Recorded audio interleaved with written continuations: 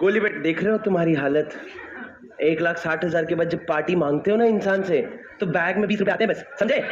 सुनो सर, मैंने क्या कहा, मेरी बात ध्यान से सुनो प्लीज। बताइए भाई, आज सर ये बहुत अच्छे से ध्यान लगा कर क्लास में सुन रहे हैं तो मेरी तरफ से इसको मिलता है 20 रुपए का रिवॉर्ड। तो ये 20 रुपए का इसको, एक सेकंड भाई, एक सेकंड, ये मिलता है इसको 20 रुपए का रिवॉर्ड। ले ले ले ले ले ले ले ले नीचे, हाँ हाँ, 20 रुपए का रिवॉर्ड इसको मिलता है। ये इसने बहुत अच्छा काम किया। अब जो 20 रुपए आपको मिले, क्या कीजिएगा इतने धनराशि का? बोलता है बीड़ी फूकूंगा। तू टेस्ट लिखते वक्त बोलता है रैंक लानी है, यहां खड़े होके बोलता है बीड़ी फूकूंगा। गोल क्या है लाइफ में? क्लैरिटी रख। सुनो,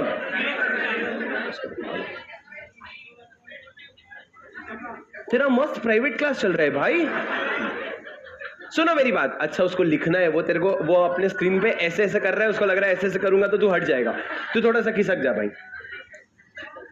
हाँ सुनो ना, अरे बकवास मत करो। सर ये जो 20 रुपए इसको दिए, ये बोला एक काम करता हूं, मेरी वाली है यूएस में, उसको बहुत दिनों से मैंने पैसे नहीं भिजवाए हैं, तो थोड़े से पैसे 20 रुपए को डॉलर में कन्वर्ट कर देता हूं पूरा, और डॉलर में कन्वर्ट करके क्या कर दूंगा, भेज दूंगा। सर मेरे को एक बात बताओ, ये जो 20 रुपए, भाई तू ले ले, तू गाली नहीं कर रहा है ना, मैंने, तू ले ले भाई, तू ले ले, ठीक है? ये 20 रुपए, वेरी गुड, एक बार तालियां गाइस, उसको दे देना। वो ऐसे ही कटोरा लेके खड़ा हो गया, 20 मेरा 2 रुपया। सुनो सर, ये जो 20 रुपया लेके कहां पे जाएगा? बैंक के पास। बैंक को क्या बोलेगा कि भैया मेरे को ये लिमिट करना है, तो बैंक पूछेगा सोर्स ऑफ इनकम क्या? सोर्स ऑफ इनकम मतलब तुमने इंडिया में कैसे कमाया? तो वो कहेगा कि मैंने इंडिया में लॉटरी खेला था। क्या खेला था सर? ये तो मैंने ऐसे गिफ्ट दिया, ये तो विनिंग इनकम हो गई, पर ठीक है विनिंग इनकम भी कवर होगा, लेकिन सबसे पहले समझो लॉटरी। लॉटरी मतलब क्या सर? इंडिया में बहुत सारे वो टिकट्स मिलते हैं, 10 रुपया 20 रुपए जितने टिकट खरीदना है, और 10 या 15 लोगों की लॉटरी निकलती है। वो लॉटरी में मान लो इसको अवार्ड मिला कितने का, 20 रुपया। अब ये वो लॉटरी के इनकम को लेकर इंडिया के बाहर जाना चाहता है, तो लॉ कहता है नहीं ले जा सकता। क्यों नहीं? भैया देखिए, तो तू हवे में जीता है पैसा, एक तू फोकट का जीता है, ऊपर से जीतने के चक्कर में तू हमारे इंडिया का फॉरेन रिजर्व मत कम कर, तू उसको इंडिया में खर्च करके चले जा। तू इंडिया में क्या कर लेगा? सेट खरीदे, बाइक खरीद, बाइक को एक्सपोर्ट करवा दे, हमको सब चलता है, पर तेरे को डॉलर रेमिट करने नहीं देंगे। मतलब तुम समझ रहे हो सर, तेरी मेहनत की तो कमाई नहीं है। क्या है? लॉटरी। तो हमने बोला लॉटरी का रेमिटेंस अलाउ नहीं होगा। सर सिमिलरली दूसरा पॉइंट पढ़ो, remittance of income from racing और राइडिंग और एनी अदर हॉबी। आप किसी, सर आप लूडो खेलते हो, लूडो पे आपने सट्टा लगाया, ठीक है? लूडो पे आपने सट्टा लगाया और सट्टा लगा के आप जीत गए, सर ये आपकी विनिंग इनकम है। सर ये जो विनिंग इनकम आपकी है, इनको रेमिट नहीं कर सकते। मतलब कहने का मतलब ये है दोनों पॉइंट में, फोकट के जो पैसे हैं ना सर, राइडिंग और रेसिंग, रेस हॉर्स जो होते हैं, सट्टा है ना, इट इज गैम्बल मनी। तो ये पैसे जो आपने कमाए हैं, वेरी गुड, एक तो तू कमाया, ऊपर से तू उसको इंडिया के बाहर भेजना चाह रहे हैं ना, नहीं भेज सकता। अब तुम क्या बोलोगे? तुम सोचोगे तुम्हारे दिमाग में कि मैं सोर्स क्यों बताऊंगा, मैं क्यों बताऊंगा लॉटरी इनकम है, मैं क्यों बताऊंगा कि रेसिंग से है। सुनो ओए, जब ये बैंक के पास जाएगा, क्या बोलेगा बैंक के पास जाके? ये बैंक को जाके बोलेगा मेरे को ये पैसा रेमिट करना है। बैंक क्या बोलेगा पता है? तू जा एक सीए के पास, और किसके पास? सीए के पास, और सीए से सिग्नेचर करवा के ला कि सीए चेक करेगा पूरा कि ये पैसा कहां से आया है, पैसे का अग्रीमेंट क्या था, पैसों का सोर्स क्या था, क्या रेट है, पूरा पूरा जो कंप्लायंसेस है ना, सीए चेक करेगा, और सीए चेक करने का एक सर्टिफिकेट देगा कि ये वैलिड रेमिटेंस है, तब जाके बैंक रेमिट करेगा। तुम समझ रहे हो सीए को कितना हाई लेवल का काम मिलता है? For every remittance that you do outside India, you will have to take a certificate from CA. तो ये बिना बताए कर नहीं सकता, ये झूठ बोल नहीं सकता, तो सर ये सीए के पास आएगा और सीए साइन नहीं करेगा अगर ये झूठ बोलेगा तो। और जहां इसने बता दिया कि भाई लॉटरी का पैसा है, वो रेमिट नहीं हो सकता, इट इज प्रोहिबिटेड। दूसरा क्या प्रोहिबिटेड है सर? Winning, racing, riding. अच्छा भाई सर क्या प्रोहिबिटेड? अच्छा रख क्या है? दे दूं? ले भाई, ले ले, तू रख ले भाई, बाद में दे देना, रख ले। हाँ क्या हाथ फैला रहे हो रे 20 रुपए के लिए उसके सामने? भाई मेरे वड़ा पाव खा लेंगे सर। इधर देखो सर, पहला वाला क्या हो गया ना? पहला वाला हो गया लॉटरी इनकम, दूसरा वाला क्या हो गया? रेसिंग और राइडिंग ऑफ हॉर्सेस और एनी अदर हॉबी। सर ये 2 इनकम हो गए। सर तीसरा सुनना, मैं जरूरी थोड़ी है कि मैं सिर्फ रेमिट कर रहा हूं यहां का कमाया हुआ पैसा बाहर। मान लो सर मेरा अच्छा पैसा था, मतलब मान लो पूरा प्योर अच्छा काम करके मैंने बिजनेस किया, बिजनेस करके मेरा सेल परचेज करके मेरे को अच्छा पैसा कमाया और मैंने 1 करोड़ रुपए कमा लिया। अब वो 1 करोड़ रुपए का मैं क्या करना चाहता हूं सोचो। मैं सोच रहा हूं यार इंडिया में तो बहुत इन्वेस्टमेंट हो गए, इंडिया के बाहर जाके ना लॉटरी टिकट खरीदता हूं। इंडिया में तो लॉटरी टिकट तो खरीद सकते हैं, कोई नहीं रोकेगा, अलाउड है, पर इंडिया के बाहर जाके यूएस का लॉटरी खरीदना है मेरे को। क्या तुम यूएस में लॉटरी खरीद सकते हो? सर तुमको यूएस में लॉटरी खरीदने के लिए डॉलर लगेगा, डॉलर के लिए तुमको बैंक के पास जाके रुपीस देके डॉलर ड्रॉ करना पड़ेगा। जब तुम ड्रॉ करोगे ना, तुमसे फिर से पूछा जाएगा पर्पस क्या है, पर्पस क्या है, और तुमको बताना पड़ेगा कि मेरा पर्पस क्या है, मेरे को लॉटरी टिकट खरीदना है। लॉ कहेगा नहीं भाई फालतू के खर्चे मत कर। मेरे को एक बात बताओ, अगर तुम्हारे घर में पैसे कम है और तुम जाके बोलोगे कि मैं भाई बारबेक्यू नेशन में जाके मस्त एकदम चिकन ठूस के आ रहा हूं, अलाउ करेंगे क्या घर वाले? थप्पड़ मारेंगे कि तू नॉनवेज क्यों खा रहा है, तू तो वेजिटेरियन है, पहली चीज। और दूसरा बोलेगा अगर तूने ये बोल दिया कि मैं तो वहां पे जाऊंगा वेज खाने के लिए, और जोर से थप्पड़ पड़ेगी कि भाई 800 रुपए 900 रुपए का कोई वेजिटेरियन खा के आता है। तो भैया जब तुम्हारे पास पैसे ऑलरेडी कम है, तो तुम ज्यादा खर्चा नहीं करते और फालतू के खर्चे तो बिल्कुल नहीं करते। ये 4 फालतू के खर्चे जो हम अलाउ नहीं करेंगे। क्या है sir? Remittance for purchase of, पहला लॉटरी टिकट्स। इंडिया के बाहर देखो लॉटरी टिकट्स खरीदना अलाउड नहीं है। दूसरा मतलब हम तो तेरे को पैसा नहीं देंगे, तेरा दोस्त तेरे को लेके जाते हैं तो चले जा, पर हम तेरे को पैसा नहीं देंगे। दूसरा, समझ रहे हो प्रवीण? ये तू नहीं खरीद सकता, तेरे को इसके पैसे बैंक नहीं देगा। अरे बैंड मैगजीन्स मतलब बहुत सारे ऐसे मैगजीन्स हैं जिसमें रामायण की, महाभारत की बहुत सारी कथा गलत तरीके से सुनाई गई है, जो हमको जो एक्सेप्टेबल नहीं है। तो हम लोगों ने उसको बहुत हायर अथॉरिटीज पे रिक्वेस्ट डाल के मैगजीन्स को बैन करवा रखा है, बहुत सारे इंडिया में भी और बहुत सारे इंडिया के बाहर भी। वो जो मैगजीन्स जो बैन हो रखे हैं फॉर सम और द अदर रीजन, आप उसको बाहर जाके खरीदना चाहते हो, हम आपको खरीदने नहीं देंगे। अब भाई देख, तूने चुपके से घूमने जा रहा हूं बोल के डॉलर लिया, $1,00,000 वहां पे जाके खरीद के तूने अपने पास रख लिया, तो कोई तेरे को पकड़ नहीं पाएगा। पर हम क्या कर रहे हैं? हम लॉ बना रहे हैं, कल को पकड़ा गया ना धुल जाएगा, पर जब तक पकड़ा नहीं जाता तब तक तो कोई दिक्कत नहीं है। पर सर बैंड मैगजीन्स नहीं खरीद सकते। तीसरा, football pools. What is football pools? वो पूल टेबल। हाँ सर, जैसे आईपीएल में सट्टा होता है ना, आईपीएल में सट्टा होता है, वैसे इंडिया के बाहर फुटबॉल में सट्टा होता है। जितना हम यहाँ पे क्रिकेट को मानते हैं वहां पे वो लोग फुटबॉल को मानते हैं। तो फुटबॉल पे जो सट्टा लगता है उसको कहते हैं फुटबॉल पूल। और सिमिलरली एक और सट्टा, एक और गैम्बलिंग होता है स्वीप स्टेक्स। जैसे हमारे यहाँ गैम्बलिंग बहुत कॉमन है, यूएस में भी गैम्बलिंग बहुत कॉमन है, स्वीप स्टेक्स भी जो है वो भी एक तरह का गैम्बलिंग है। आप ये चारों फालतू खर्चे ना यार, लॉटरी का खर्चा, तेरे को क्या करना है? लॉटरी टिकट खरीदना है, बैंड मैगजीन खरीदना है, फुटबॉल पूल्स खरीदना है, स्वीप स्टेक्स खरीदना है। सट्टा लगाने के लिए, लॉटरी लगाने के लिए पैसे नहीं है, इसके लिए हम तुमको यूज करने नहीं देंगे। अभी तक आपने 3 पॉइंट पढ़ा सर।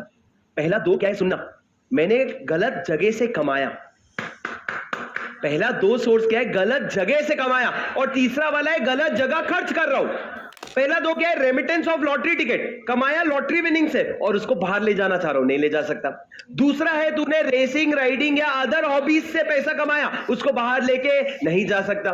तीसरा, तूने कमाया अच्छी जगह से पर बाहर ले जा करके तू lottery tickets, band magazines, football pools या स्वीप स्टेक्स खरीदना चाह रहा है, तो उसके लिए भी नहीं ले जा सकता। सर फटाफट 3 पॉइंट याद करो, फटाफट फटाफट। पॉइंट नंबर 1 2 3 जल्दी। सर अगर घर जाके नहीं पढ़ना है, समय बचाना है तो याद कर लो, ये मत सोचो घर जाके पढ़ूंगा, प्लीज।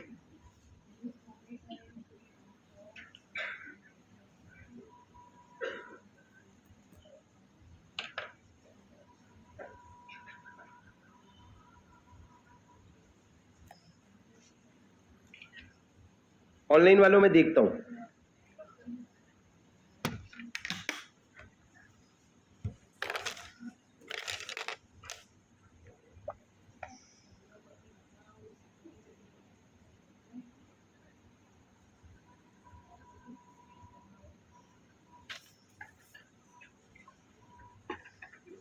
आदर्श और बाकी बच्चों सुन लो, सीए वाला पॉइंट ये था सर कि यदि आप झूठ बोल करके पैसा बाहर ले जाने का सोचोगे तो आप नहीं ले जा सकते, क्योंकि पैसा बाहर रेमिट करने के लिए सीए का सिग्नेचर की जरूरत होती है। अगर कोई इंसान को पैसा इंडिया के बाहर रेमिट करना है, वो जाएगा एक सीए के पास, सीए को बताएगा कि देखो ये अग्रीमेंट हुआ है, ये पर्पस है और यहां से पैसा आया है। सब चेक करने के बाद सीए ऑथराइज करेगा, वो ऑथराइज करेगा, उसके बाद ही बैंक वो पेमेंट अलाउ करेगा, वरना बैंक अलाउ नहीं करता है। ठीक है राजा? ओके।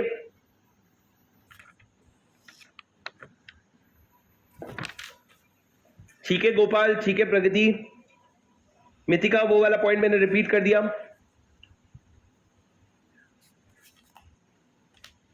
चलो सर देखो, एक क्वेश्चन आ रहा है जो मेरे को लॉजिकल भी लग रहा है। Other hobbies. सर डांसिंग मेरा हॉबी है, पेंटिंग मेरा हॉबी है, आर्ट मेरा हॉबी है, उससे मैं पैसे कमा रहा हूं, उसको क्यों नहीं रेमिट कर सकता? नहीं कर सकता भाई, तू नहीं कर सकता अनलेस तू उसको हॉबी के जगह प्रोफेशन में ना दिखा दे। सर प्रोफेशन और हॉबी में फर्क होता है। आज अगर डांसिंग मेरी हॉबी है तो तू उसको प्रोफेशन बना ना, तू उसको अपना सेकंड आर्ट ये क्यों रख रखा है? तेरा प्रोफेशन कुछ और होगा।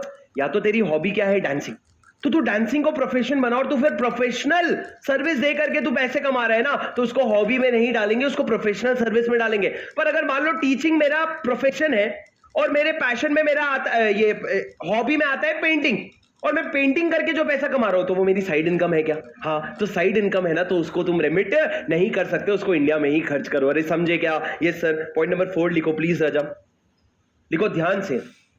पेमेंट ऑफ, रेड पेन से लिखो commission, payment of commission on export, payment of commission on export made towards equity investment in joint venture और wholly owned subsidiary abroad of Indian companies.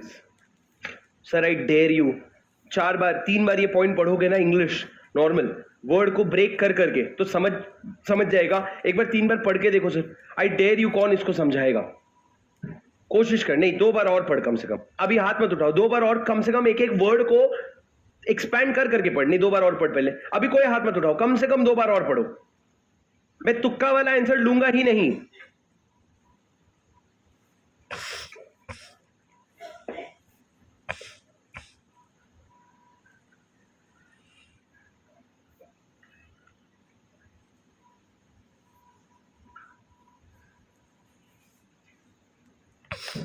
हाँ नहीं यार, छोटे अमाउंट के लिए भी लगेगा। चलो कौन कौन बताएगा? Raise your hands please. तूने पहले उठाया था राजा, बोल जोर से बोल। माइक दे दे बेटा।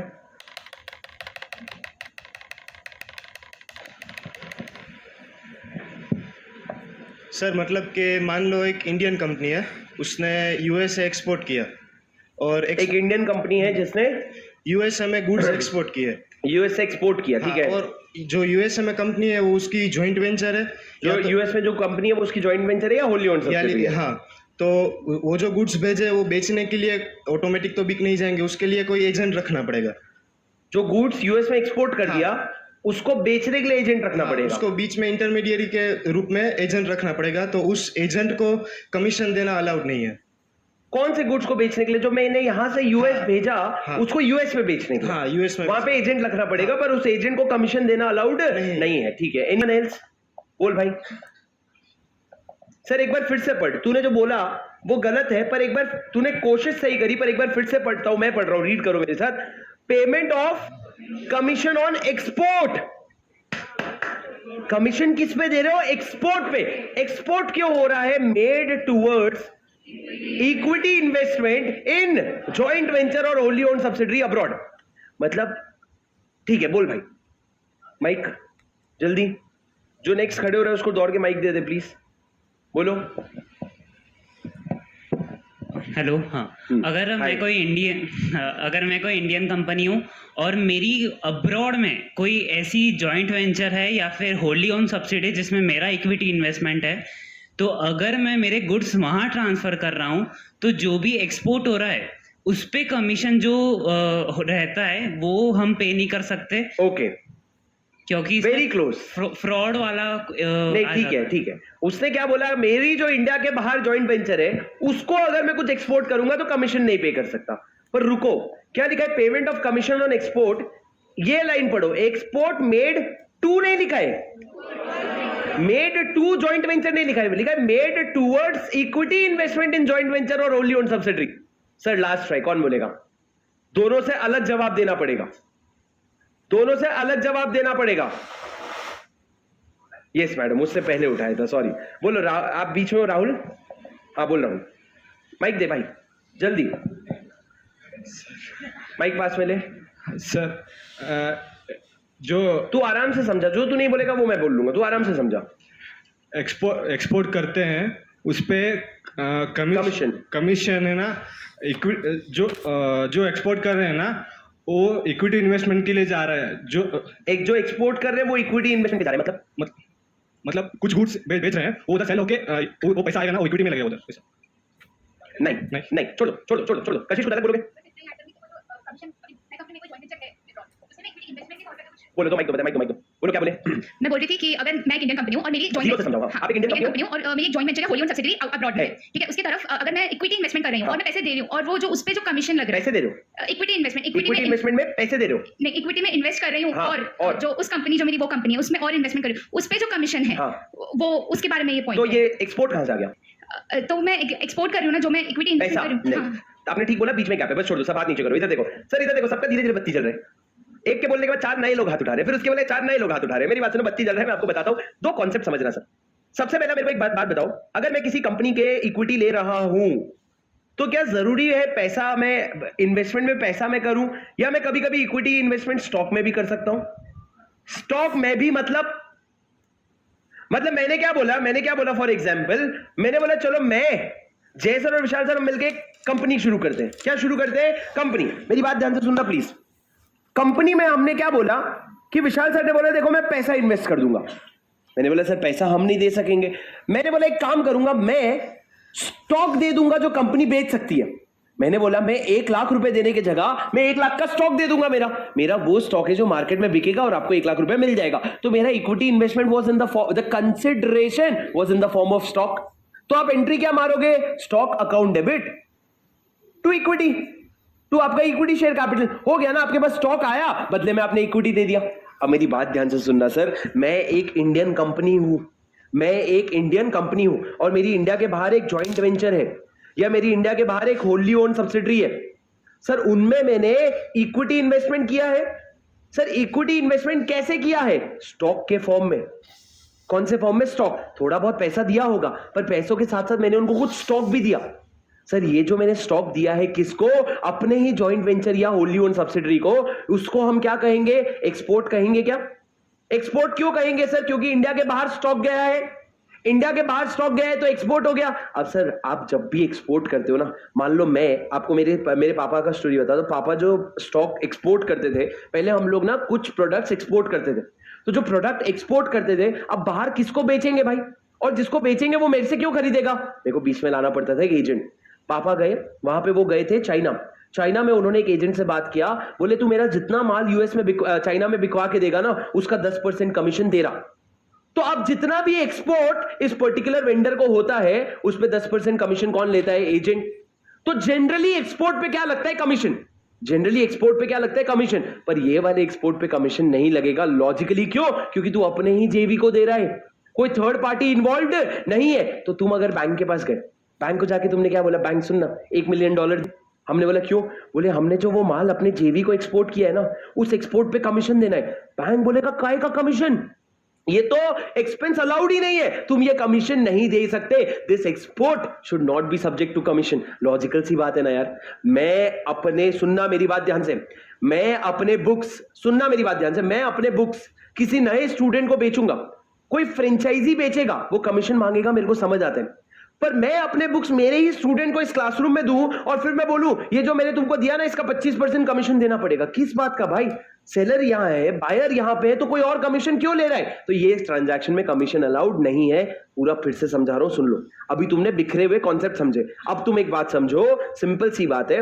अगर एक कंपनी है, उसका एक जॉइंट वेंचर या होल्डी ओन सब्सिडरी में क्या है? Equity investment. और ये इक्विटी इन्वेस्टमेंट कौन से फॉर्म में हुआ है? ये इन द फॉर्म ऑफ स्टॉक हुआ है। और ये स्टॉक आपने क्या किया है? एक्सपोर्ट किया है। तो इस एक्सपोर्ट पे कोई भी कमीशन का पेमेंट आपको अलाउ नहीं होगा। इतनी सी बात है सर। ये चार्ट बना लो, इतनी सी बात है। जल्दी जल्दी ये चार्ट बना लो।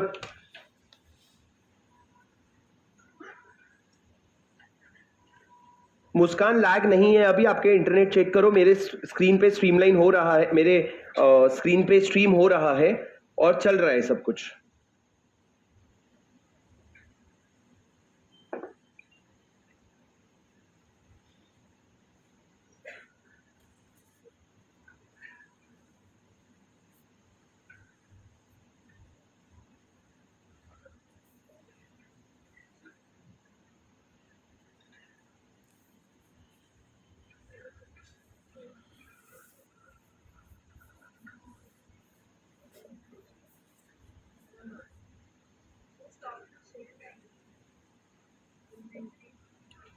इन्वेंट्री के लिए काय का कमीशन?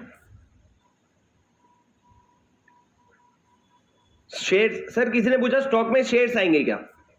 शेयर्स का काय का कमीशन?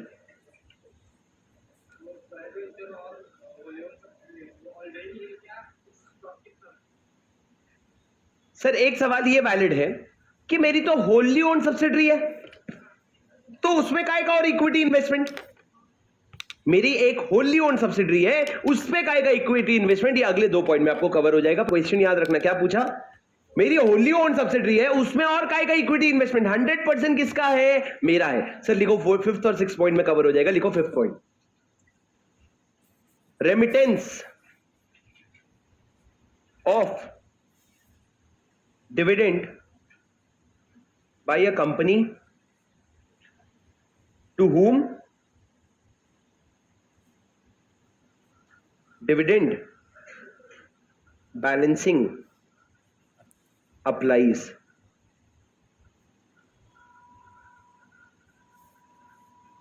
देखो concept is redundant, need not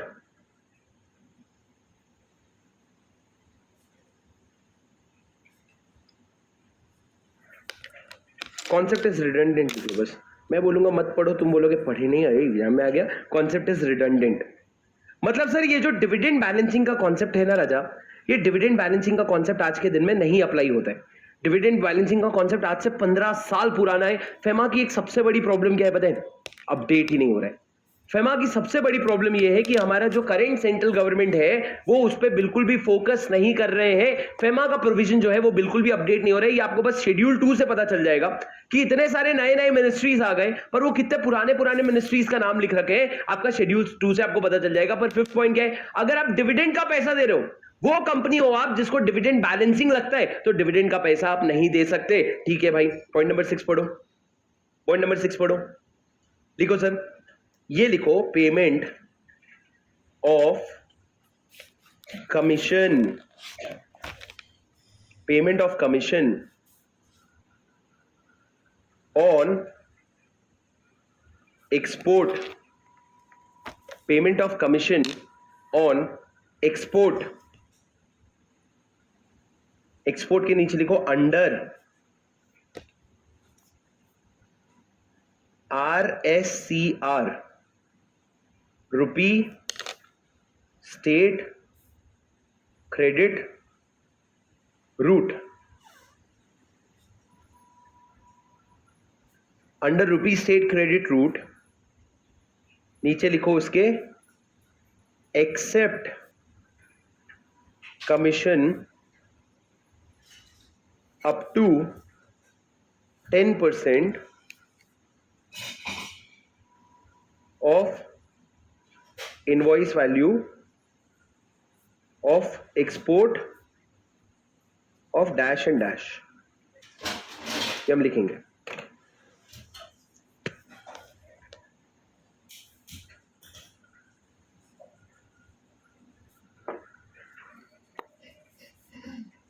sir थोड़ा सा टाइम और लगाएंगे, पॉइंट नंबर 4 और 6 आराम से समझेंगे। पर एक छोटी सी बात याद रखना कि ये जो भी मैंने समझाया ये आप मुश्किल से 5 दिन याद रख पाओगे, उसके बाद दिमाग एकदम साफ कर देगा। तो जो चीज आपको रेलेवेंट लगी कि यार ये तो मेरे को याद होनी चाहिए, मैं लिखवाऊं या ना लिखवाऊं तुम स्क्रिबल कर लेना।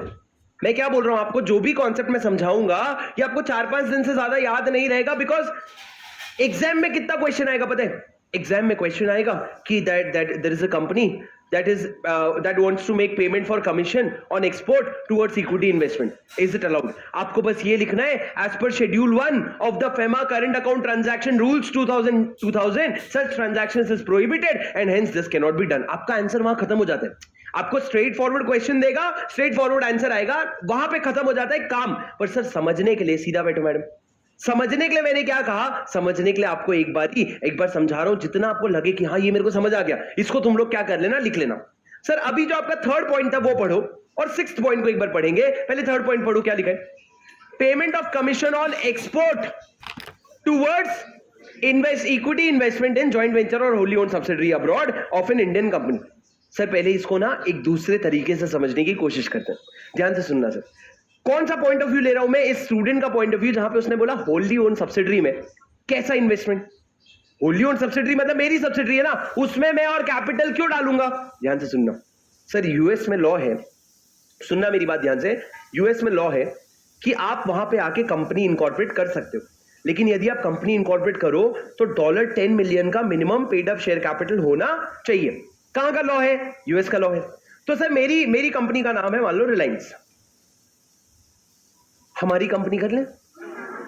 जब हवे में बात कर ही रहे तो सर शेयर करो हमारे साथ स्टोरी। ठीक है, हमारी कंपनी का नाम क्या है? रिलायंस। हमने बोला बाहर हम लोग क्या करेंगे, यूएस में एक कंपनी खोलेंगे, रिलायंस यूएस LLC। तो हमने उस कंपनी में कितना पैसा डाला सर? हमने paid up share capital invest कर दिया, $5 मिलियन करूंगा, चलेगा? मिनिमम कितना करना पड़ेगा? $10 मिलियन मैंने इन्वेस्ट कर दिया। और सर मैं क्या बन गया 100% होल्डिंग कंपनी, क्या बन गया 100% holding company. Sir very good very good very good. अब प्रॉब्लम क्या हुई, पहले 2 साल लॉस हुआ $1.5 मिलियन का और $1.5 मिलियन का, तो मेरा लॉस कितने का हो गया $3 मिलियन का। मेरा paid up share capital technically कितना हो गया $7 मिलियन का। अब यूएस का लॉ एक और चीज कहता है कि जब भी आपका पेड अप शेयर कैपिटल आपने इन्वेस्ट कर दिया $10 मिलियन, पर जब भी वो $8 मिलियन से कम हो जाए तो आपको क्या करना पड़ेगा, रिफिल करना पड़ेगा। You will have to bring back the balance. तो भैया अब मेरा क्या हुआ, सेकेंड ईयर के लॉस के बाद बैलेंस हो गया $7 मिलियन, पर मेरे को पर लिमिट क्या आएगा था $8 मिलियन। अब मेरे को वापस रिफिल करना पड़ेगा, तो मैं वापस रिफिल करने के लिए क्या करूंगा, वापस से इक्विटी इन्वेस्टमेंट करूंगा। मतलब मैं अपने होली ओन सब्सिडरी में और इन्वेस्टमेंट कर रहा हूं, क्योंकि मेरी शेयर होल्डिंग 100% जरूर है, पर मेरा paid up share capital limit के नीचे गिर चुका है। अरे आप समझ रहे हो क्या। तो सर इसको कहते थे, को मिला जवाब राजा, कि हम अपने ही होली ओन सब्सिडरी में कैसे इक्विटी इन्वेस्टमेंट कर रहे हैं। अब राजा सुन लो, आप अपने होली ओन सब्सिडरी में या अपने जॉइंट वेंचर में किसी भी फॉर्म में इक्विटी इन्वेस्टमेंट करो, किसी भी फॉर्म में, तुम स्टॉक भेजो, तुम पैसे भेजो, तुम कुछ भी भेजो, कमीशन अलाउड नहीं है। सर ऐसा सिमिलर कॉन्सेप्ट कहां पढ़ा था आपने, पता है, अंडरराइटर में, कि अंडरराइटर जब आप पब्लिक के पास जा रहे हो तो तू कमीशन ले, पर मैं अगर 4 लोगों को अपने शेयर्स दे रहा हूं, मतलब मैं प्राइवेट प्लेसमेंट कर रहा हूं, तो उसमें अंडरराइटिंग कमीशन नहीं दे सकते। सर सेक्शन नंबर 42 तो प्राइवेट प्लेसमेंट था ना, 41 तो जीडीआर था ना, तो 39 तो अलॉटमेंट था ना। Sir section number 40, sir section number 40 में आपने अंडरराइटिंग कमीशन के 6 पॉइंट पढ़े थे, जो तुमको याद है, कोई प्रॉब्लम नहीं है, पर उसमें से एक पॉइंट था कि भैया तू पब्लिक के अलावा अगर प्राइवेट को इशू कर रहा है ना, तो तू अंडरराइटिंग कमीशन नहीं दे सकता। क्यों, मैं जब 4 लोगों को खोज के लाया हूं और उनको मैं इशू कर रहा हूं, तो मैं तेरे को काहे को कमीशन दूंगा, कमीशन अलाउड नहीं है। वैसे ही सर यहां पे जब मैं अपने ही जॉइंट वेंचर या अपने होली ओन सब्सिडरी को पैसा दे रहा हूं, स्टॉक दे रहा हूं, कुछ भी दे रहा हूं, उस एक्सपोर्ट पे कमीशन नहीं पे करूंगा। खत्म करें बात, अरे खत्म करें क्या बात। सर पॉइंट क्या है, पढ़ो क्या लिखा है, payment of commission on export made towards equity investment in joint venture और wholly own subsidiary abroad of an Indian company. Okay sir, point number 4 के बाद आ जाओ। पॉइंट नंबर 5 जो हमने बोला डिविडेंड बैलेंसिंग रेलेवेंट नहीं है, याद करके आगे बढ़ो कि अगर आप डिविडेंड दे रहे हो और आप कौन सी कंपनी हो जिसको डिविडेंड बैलेंसिंग अप्लाई होता है, तो वो डिविडेंड नहीं दे सकती। नेक्स्ट पॉइंट बढ़ो, payment of commission on export under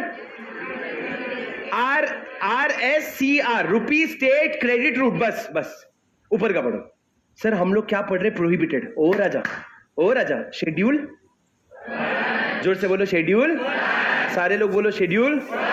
sir schedule 1 क्या है, payment of certain transactions withdrawal is prohibited.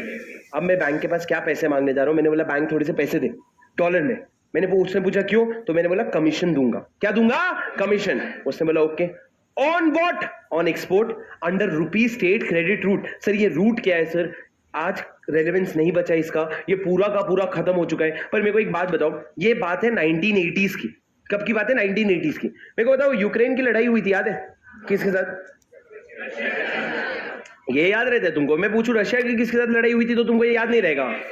चलो सर एक बात समझो ना प्लीज। हेलो राजा, ध्यान से सुनना, 1980s की बात है करीबन। हमारे इंडिया को बहुत ज्यादा पैसों की जरूरत थी, तो हमारे इंडिया ने रशिया से बहुत बड़ा अमाउंट लोन उठाया था। मैं अपने एग्जाम्पल के पर्पस के लिए ले लेता हूं कि $400 मिलियन का लोन उठाया था। क्या उठाया था, लोन। अब राजा हमने जब रशिया से पैसा उठाया ना, तो हमने रशिया को साफ साफ बोल दिया था, तेरे पैसे हम वापस तो नहीं कर पाएंगे, हमारे इतनी टैलेंट है नहीं कि हम तेरे पैसे वापस कर पाएंगे। तो रशिया पागल है, तुमको पैसे देगा। तो रशिया के साथ हमने क्या डील किया पता है, हमने रशिया को बोला, रशिया सुन, तेरे पैसे तो तेरे को वापस नहीं कर पाएंगे, पर अगले 20 साल तक हम हर साल तेरे को $25 मिलियन का एक्सपोर्ट करेंगे। 20 साल तक हर साल तेरे को इंडिया वाले लोग $25 मिलियन का एक्सपोर्ट करेंगे। मतलब इंडिया वाले लोग इंडिया से रशिया माल बेचेंगे और उसके लिए रशिया को पेमेंट करने की जरूरत नहीं है। मतलब हम रीपेमेंट कैसे कर रहे हैं, एक्सपोर्ट कर करके। सर 20 साल 25 मिलियन भेजोगे तो कितना हो गया, 500 मिलियन हो गया ना, इंटरेस्ट के साथ हो गया रीपेमेंट। अब मेरी बात सुनो सर, जब हम ये एक्सपोर्ट कर रहे हैं, इस एक्सपोर्ट पे कमीशन भी लोगे, सही लगता है क्या? ये एक्सपोर्ट क्यों हो रहा है? क्योंकि हमारा एक लोन का अंडरस्टैंडिंग है। तो लॉ ने बोला ये एक्सपोर्ट पे ना कोई कमीशन नहीं लगने वाला है। रशिया के साथ अंडरस्टैंडिंग थी कि इन एक्सपोर्ट्स पे कोई भी कमीशन नहीं लगने वाला है, और अगर बैंक से तू ये पैसों का कमीशन मांगने गया, ये कमीशन के लिए पैसा मांगने गया ना, तो बैंक मना कर देगा। सर ये एक्सपोर्ट को क्या कहते हैं पता है? रुपी स्टेट क्रेडिट रूट। सर रुपी स्टेट क्रेडिट मतलब जो हमने लोन ले रखा है उसके अगेंस्ट आप एक्सपोर्ट कर रहे हो, तो आपको क्या नहीं लगेगा राजा? आपको कमीशन नहीं लगेगा। सर ध्यान से सुन लो फिर से, क्या कहा मैंने?